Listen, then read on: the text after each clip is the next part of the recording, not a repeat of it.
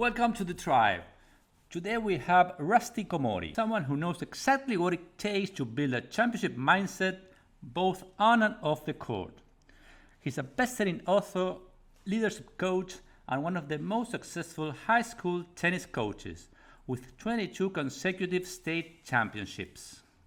As the Beyond the Lines TV show and podcast host, he helped countless leaders push past limits and achieve greatness. His latest book, Superior, dives deep into what sets high achievers apart, offering powerful insights into leadership, mindset, and sustained success. Rusty, it's a pleasure having you today. Welcome to the tribe.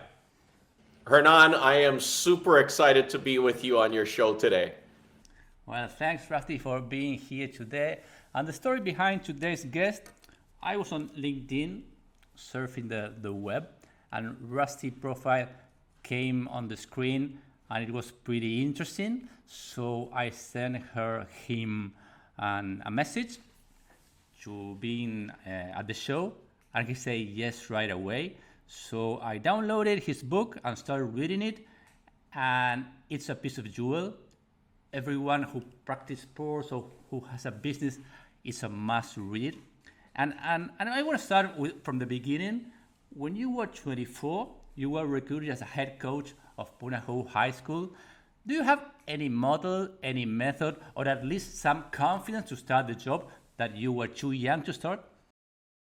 Well, Hernan, when we're growing up, we're always on a team. We're always on some kind of team, whether it be in sports or even in school, because the teacher is the leader of the class. And so we would observe what the leader or the teacher or the coach does about what's good and what's not good, what works and what doesn't work.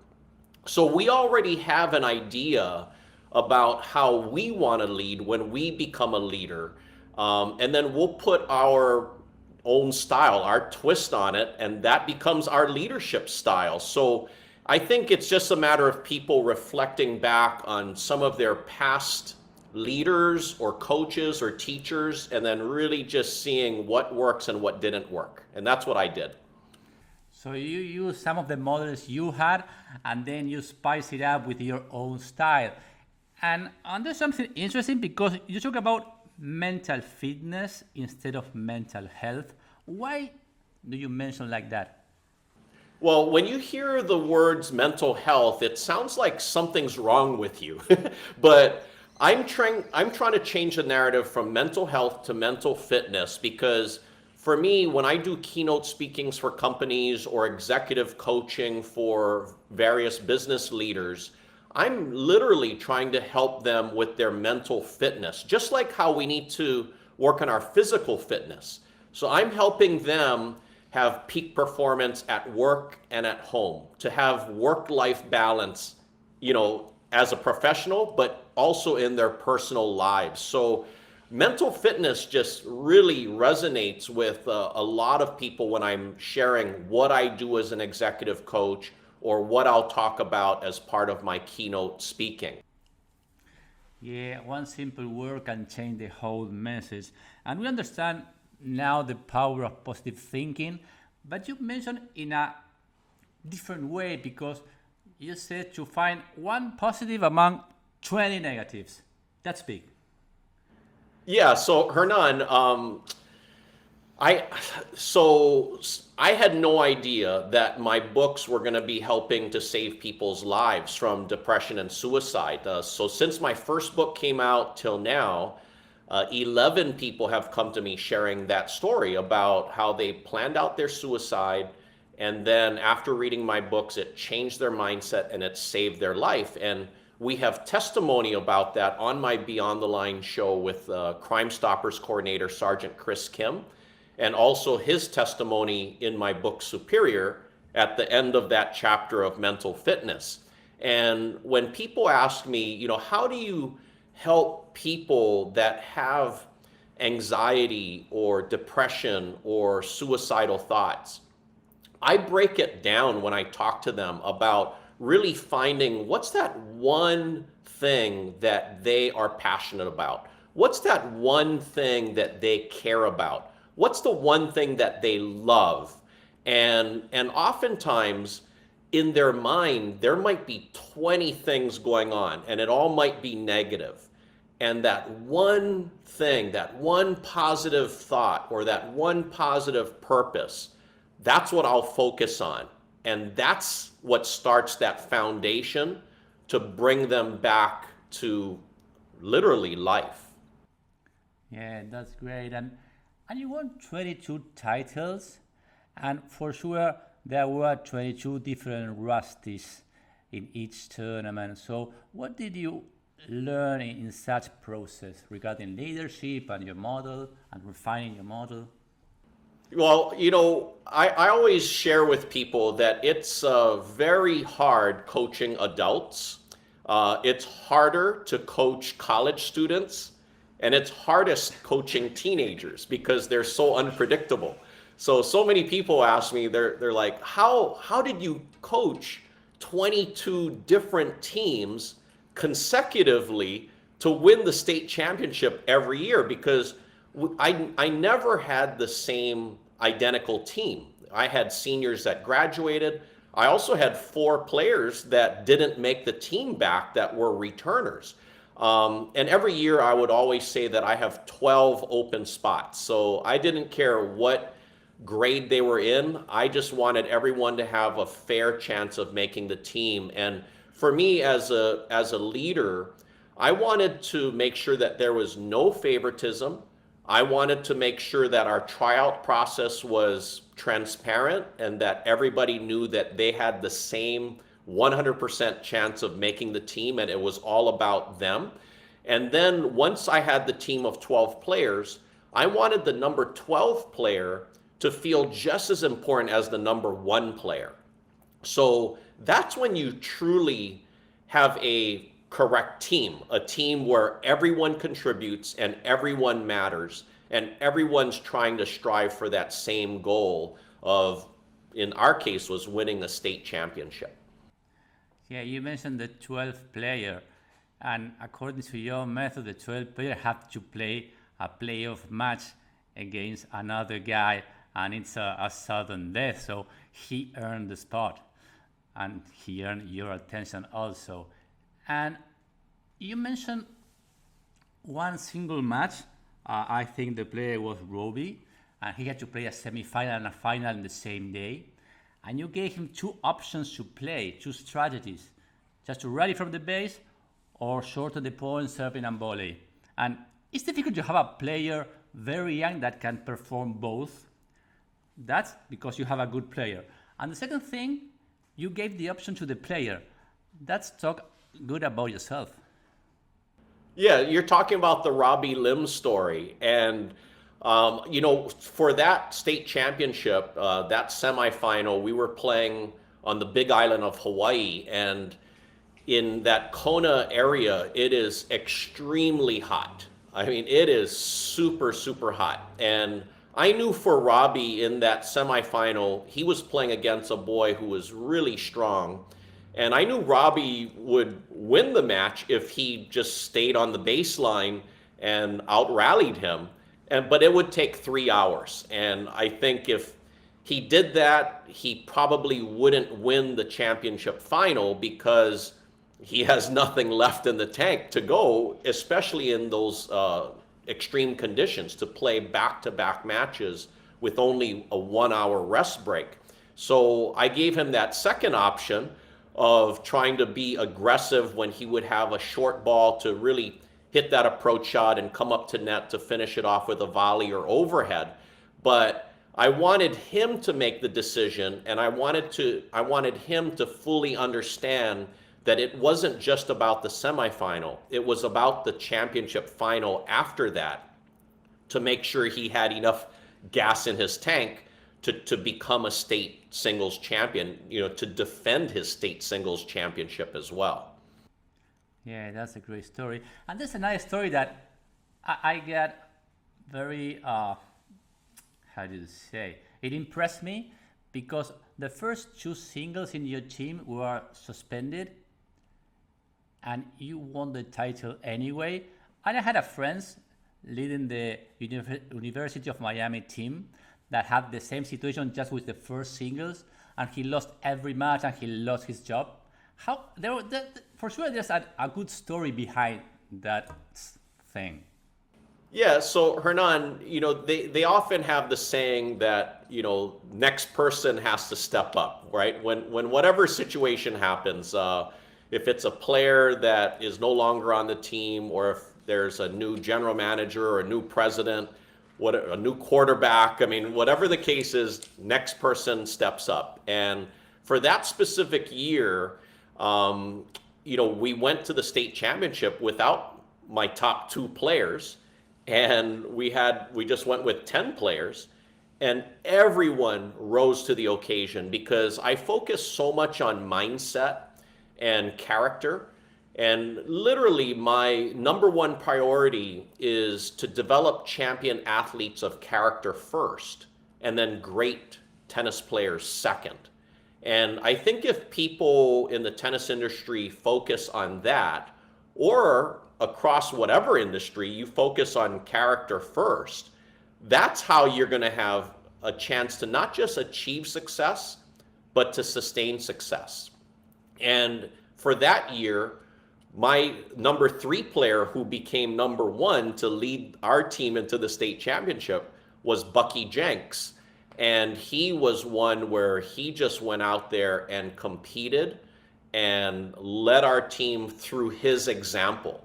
And everyone just rose to the occasion, and were able to win the state championship decisively from the second day. Yeah, that's a great story. And you have a saying that I wish I listened to it 30 years ago when I was playing tennis, because you say no matter who wins the first set, the world doesn't end when you finish the first set. And that's a great message for a team to fight for every ball. Yeah, Hernan, I want everyone to play the entire tennis match. And I relate that to running a marathon. And sometimes when players win the first set, I say that they won the sprint, but it doesn't mean that they're going to win the match. And on the other side, if you lose the first set, you lost the sprint, but it doesn't mean you're going to lose the match. So I want the mindset of my players to be, hey, let's play the whole match. Let's run the entire marathon. And how do you do that? How do you put yourself in the best position to be successful? Well, you need to play every point like it's a match point. Every point in tennis only counts as one. In basketball, there's the free throw, there's the 2 points, there's the 3 points. But in tennis, every point is just one. So I want my players to be relentless competitors, to play with a superior attitude and superior effort from the first point all the way to match point. And oftentimes, Hernan, and you know how it is, where you might get to match point and you might feel nervous, like, ooh, one more point and I win, or if I lose this point, I lose. And it's an internal feeling that kind of inhibits you from performing your best externally. And if you have the mindset that every point is a match point, then when you do get to match point, that just becomes another point. So when you're looking at Djokovic or Nadal or Alcaraz, when they're performing, every point is like a match point to them. I mean, they're relentless competitors. It doesn't matter if it's the first point of a match, every point matters. And if we can have that mindset, not just in sports, but in business and in life, that's how you achieve success, but more importantly, sustain success. Let's summarize with every call matters in business, every meeting matters. And you talk about high achievers versus superior achievers. What is the difference, the fine difference between both? For sure, Novak, Rafa are superior achievers. What are the things that differentiate them from the rest? Yeah, so I share that there's a tremendous difference between building a culture of excellence versus building a superior culture of excellence. There's a gigantic difference between attention to details versus building superior discipline details. So a simple example, Hernan, I meet with various CEOs every week to try to help their companies. So one CEO might tell me, "Hey, Coach Rusty, I read your books, all three books, one time." And another CEO might tell me, "Hey, Coach Rusty, I've read all three of your books 3 times each." That's a superior achiever.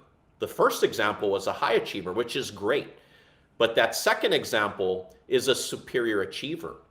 Now, I want to train people to become high achievers. But once they do, I want to train them to help them to become superior achievers. Now, an example that the world knows in tennis, if we use Novak Djokovic as an example, when Federer and Nadal were playing and they were number 1 and 2 in the world, and Djokovic was stuck in that number 3 area for a while, he was a high achiever. Djokovic became a superior achiever when he made the decision to try to emulate the details, the superior discipline details that Rafa and Federer were doing. Whether it was nutrition, whether it was their physio, whether it's the practices that they would do, whether it's just those little tiny details. But that's when Novak Djokovic became a superior achiever. And look at what he's accomplished till today. I mean, 24 Grand Slams. I mean, that's superior. Yes, and one thing that he shifted is getting into the court with a mentality of beating those guys. And that was a big difference. And shifting the conversation to parents, because, parents are around kids in academies and clubs, and you have a different approach because it's a high school. So how was your contact with parents, your dialogue with them? How do you manage the situation? Yeah, so oftentimes parents will hold the players back. They're trying to help them, but oftentimes they're hurting them. So what I would do is I'm not just coaching my players on my team. I'm also coaching the parents about what to do and what not to do. And so I'm giving them guidelines because for them, being a parent, this is new to them. They don't know what to do. They haven't gone through this process before. So I'm trying to help guide them about giving them boundaries and parameters. And I'm also sharing with them what I'm trying to help their sons or daughters with in tennis. And this is how they can help reinforce what I'm trying to help them on, whether it be in sports or life. So I feel that having more communication with the parents versus less communication will help you, because now you're going to avoid what I refer to as the 4 misses. And the 4 misses, I feel, cause the most problems in all of our lives. And it's misunderstanding, miscommunication, misperception, and misinformation. So when I'm being proactive in communicating with the parents, I'm avoiding potential misperceptions or misunderstandings on their part. So, but it's also the same with my team. If I'm putting my number 3 player at number 1 singles that day, and I don't explain why, that might lead my team and the parents to be thinking, why did Coach Rusty do that? But if I'm sharing, hey, this is a great opportunity for our number 3 player to play number 1, to be in a position to beat our opponent, which will set us up for a better seeding in our postseason tournament. Then they're all like, wow, that makes sense. So just a simple communicating on my part to them avoids a lot of situations that could come up that would inhibit us from achieving the goals that we want. Yes, more information is better to parents. And you have a great saying that in tennis you can't substitute a player, so you teach the player how to deal with the problem themselves. And that's an amazing thing in tennis because you see many pros out there looking to the coach to solve their own problems. Yeah, so Hernan, in some other sports, when there's like a lot of chaos going on in the game, they can call timeout. As you know, in tennis, we have no timeouts. Now, in other sports, if a player is playing badly that day, the coach can say, hey, substitute. You get out, let's put a better player in. As you know, in tennis, we have no substitutions. So my goal was to really help to coach my players to coach themselves. So we would prepare the various strategies, various tactics, because I could coach my player for 2 minutes after the first set. Or if they split sets, I could coach them for 10 minutes and that's it. But if I could coach my players to coach themselves during the set, maybe they can make some adjustments which would put them in a more favorable position to win versus not knowing what to do and then having to wait for me to coach them during that break after the sets. So yeah, I just feel that knowing that player you cannot substitute, I don't buy the fact when people say, oh, I'm just having a bad day, or today was a bad day. No, you're not going to have an entire 24 hours of a bad day. You might have a bad 5 minutes. You might have a bad 2 minutes. You might have a bad 1 minute. But don't let that affect your mind where you're thinking, oh, I'm just having a bad day. That's completely wrong. So when I explain it to people that way, they get it. So you can have, Hernan, you can have a bad 5 minutes today. Yeah. But the rest of the day, it's your choice to make it as good or to make it superior. Yeah, it's like Novak used to say, he has to detect when he's wrong and go back to the center. And you share a nice story, and it's the basis, perhaps, of your philosophy when you play a match. And one thing is results in paper and results in the field. How do you ingrain in your players not to see the papers? Perhaps they play a seeded player and they say, I'm going to lose, and go all for it. Well, so I share with everyone that there's a word called upsets. So it doesn't matter if you're favored to win a match on paper or if you're unfavored to win a match on paper. It doesn't matter if you're seeded or unseeded. Okay, it's all seedings means is it helps the tournament get started. But at the start of a tournament, everyone is at 0-0. So it's what you do from that moment that will affect whether you win or whether you lose that match. Now, what I also share with people to really help their mindset is before you can win a match, you have to not lose it. So many times I see players in a match doing things to hurt them, to help them lose actually their own selves. They're shooting themselves in the foot. Now, shouldn't we only do things that help us win? I mean, that seems logical, but I have to really focus on the details to have my players control their emotions. And if they can control their emotions, and we've all heard about being in the zone. Well, what does it mean to be in the zone? Well, inside, you might feel, let's say that you might be in the zone if you're in that 84 to 86 degree range, just for example. But if you're too calm, it's not going to help you. If you're too excited, that's not going to help you. Everyone knows how it felt to be in the zone. Now, can I get my players to have that internal climate every time so that we can be in the zone every time? And part of it is really controlling your thoughts because the brain controls the body.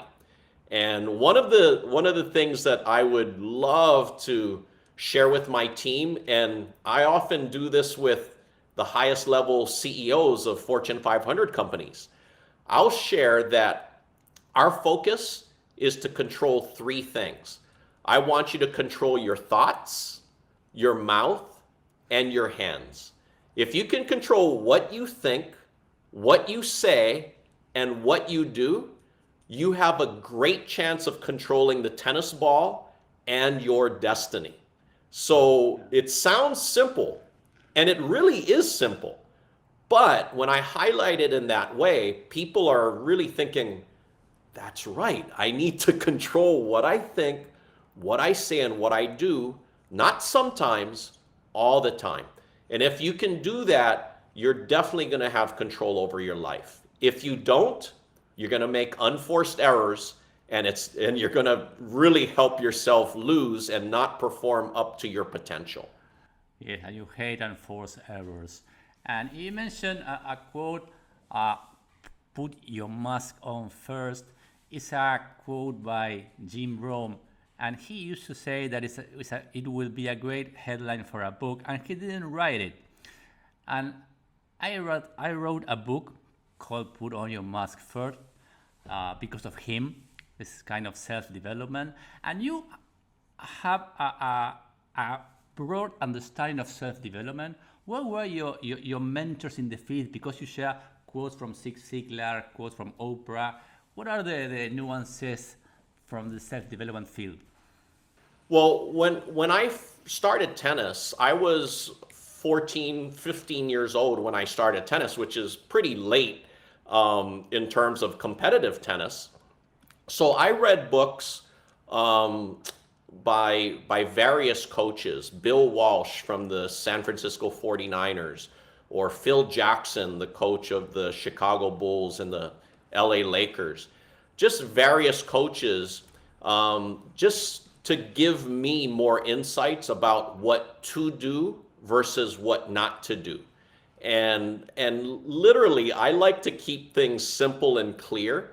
And through college, when I played tennis at Creighton University, my college tennis coach, Ed Hubbs, had a great influence on me. I learned a lot about him and what was important and how much we learn about life through tennis and sports in general. So I feel that the greatest leaders are always learning, and that's what makes them even greater.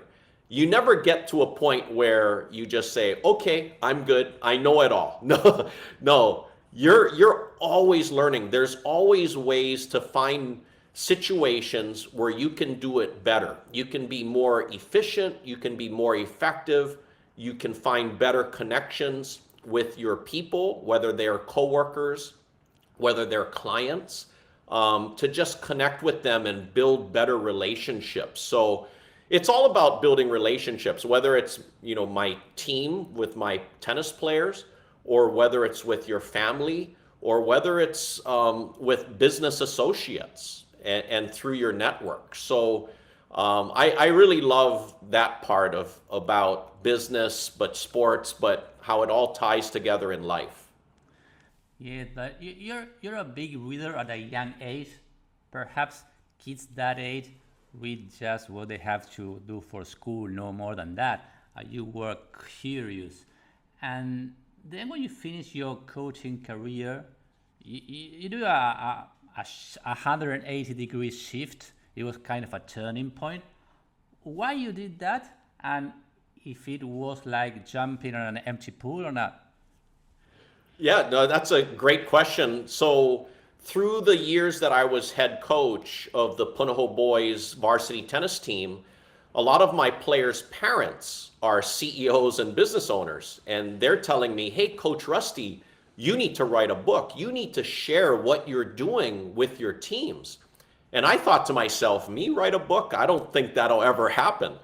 But when we were going for our 17th consecutive state championship, that's when the media reached out to me and said, hey, there was a swimming coach in the state of Colorado that had won a perfect 16 out of 16 state championships, and then he lost.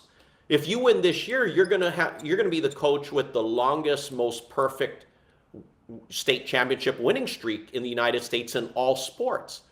Hernan, I started feeling pressure right there. And then when we're going for our 22nd, I thought to myself, I have a system that can be applied to any sports team, any business, any family.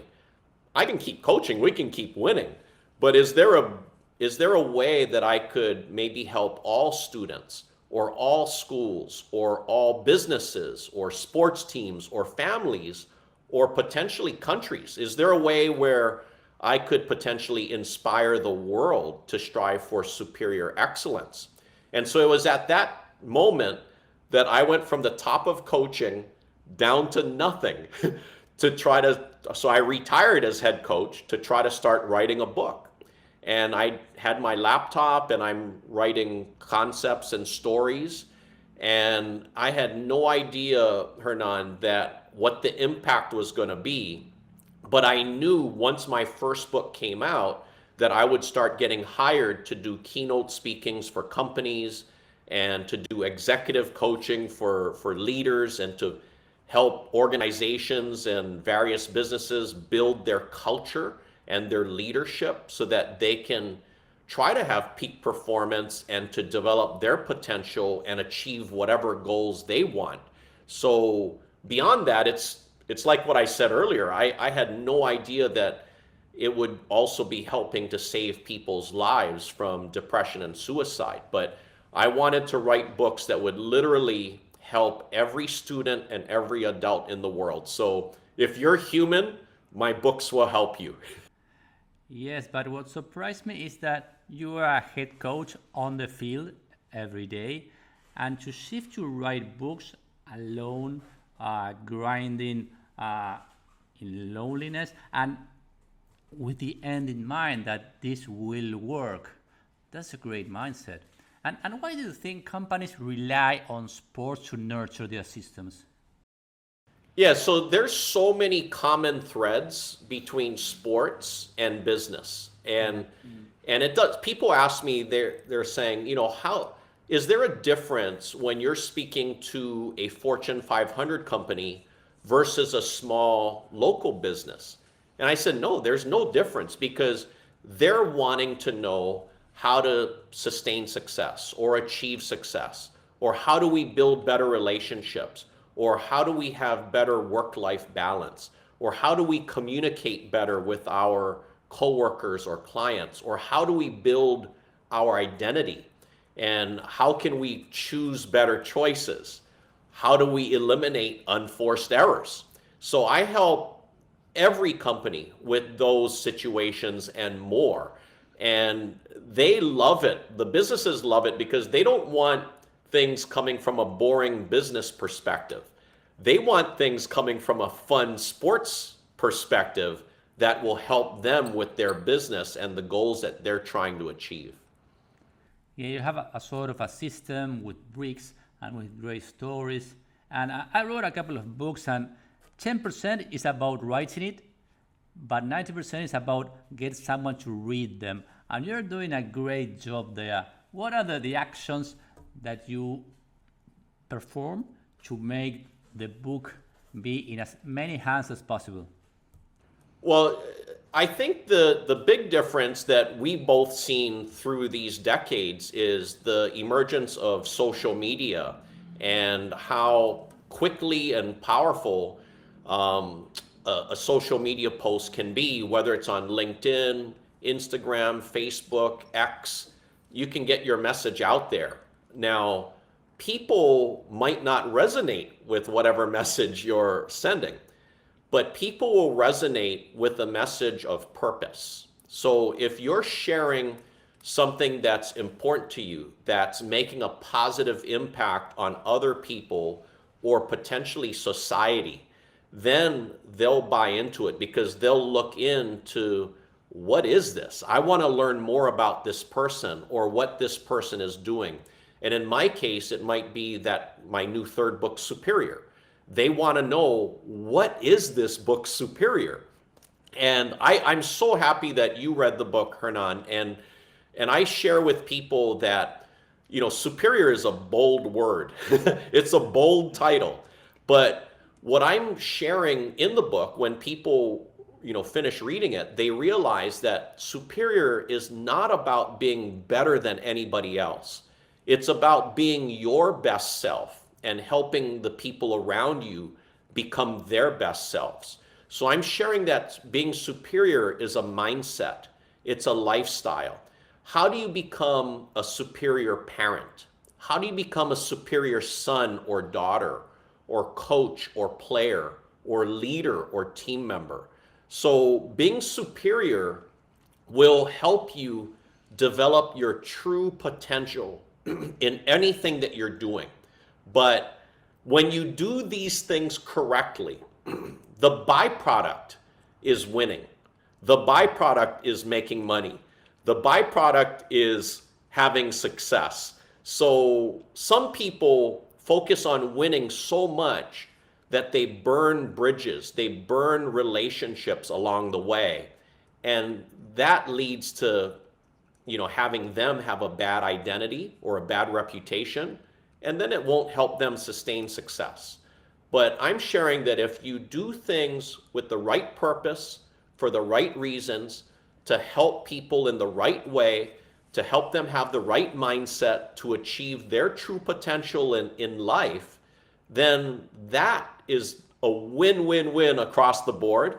And I have the system and the results to show how that affects everybody in sports, business, and life. So I'm just so overwhelmed and grateful for the response that people have with Superior, and how once Superior came out, nationwide and globally, on the second day it was already Amazon #1 bestseller, and I just was blown away with that. Yeah, and the book is easy to read, and I know how difficult it is to write a book easy to read. And the other thing is that you have a great story because you were willing to burn your ships about your past successes and start from scratch and retire, let's say, like Pete Sampras, winning and starting something new. And I have to say, I start making my bed in the morning also, so I have some other outcomes. And you host a TV show, Beyond the Lines. There's a podcast. And what are the lesson or the things that you learn in that venture? Yeah, so I basically have 285 episodes on YouTube on my Beyond the Line show, and I have people from a wide spectrum. I'll have CEOs, I'll have Super Bowl champions, I'll have Olympians, I'll have shark attack survivors, I'll have sex trafficking survivors on there. So it's very educational, but it's very inspirational. And again, a lot of businesses, a lot of families will watch the episodes and then they'll send it to their family members or their friends or their employees, because it's all about learning what makes this other person successful. How did they overcome adversities? What was their mindset like in dealing with an obstacle and then finding a way to succeed? So I often get asked, how do you achieve greatness? And I say that greatness is a choice. Positivity is a choice. Perseverance, resiliency are choices. Courage is a choice. Self-discipline is a choice. Self-discipline leads to habits which lead to success.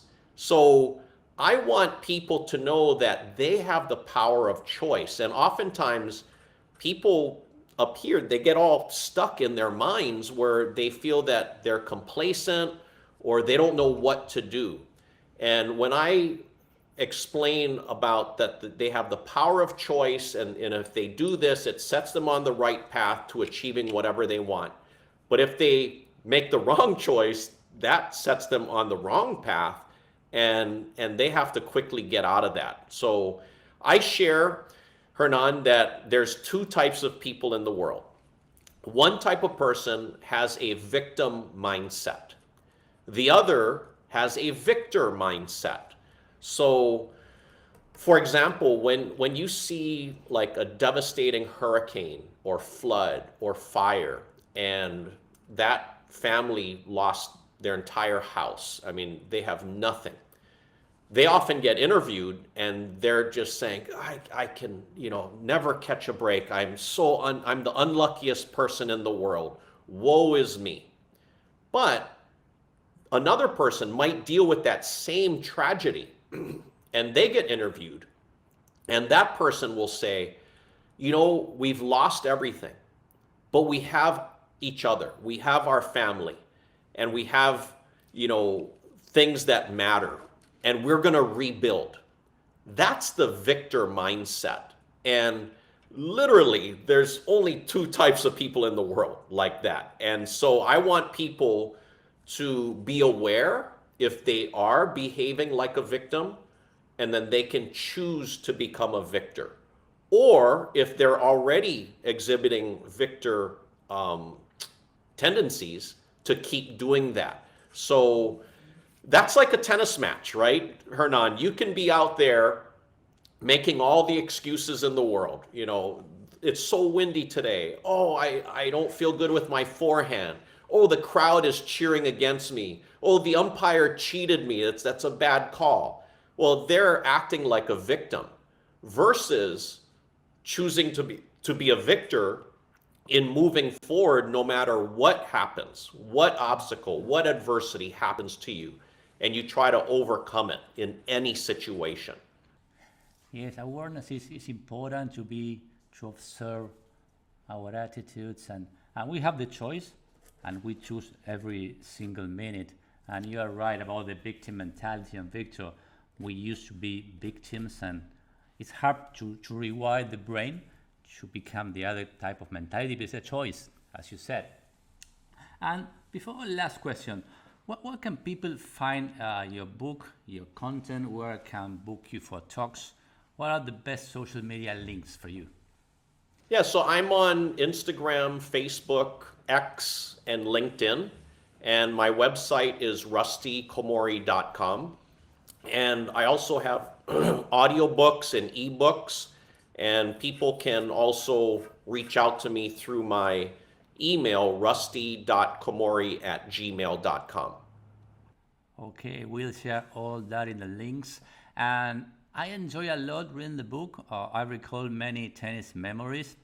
And you also share a paragraph about the movie Any Given Sunday, where Al Pacino shared a pep talk. And I think everyone who listens that pep talk can conquer the world, can conquer their world. And regarding yourself, what's next for you in your life? What's the next Rusty will look like?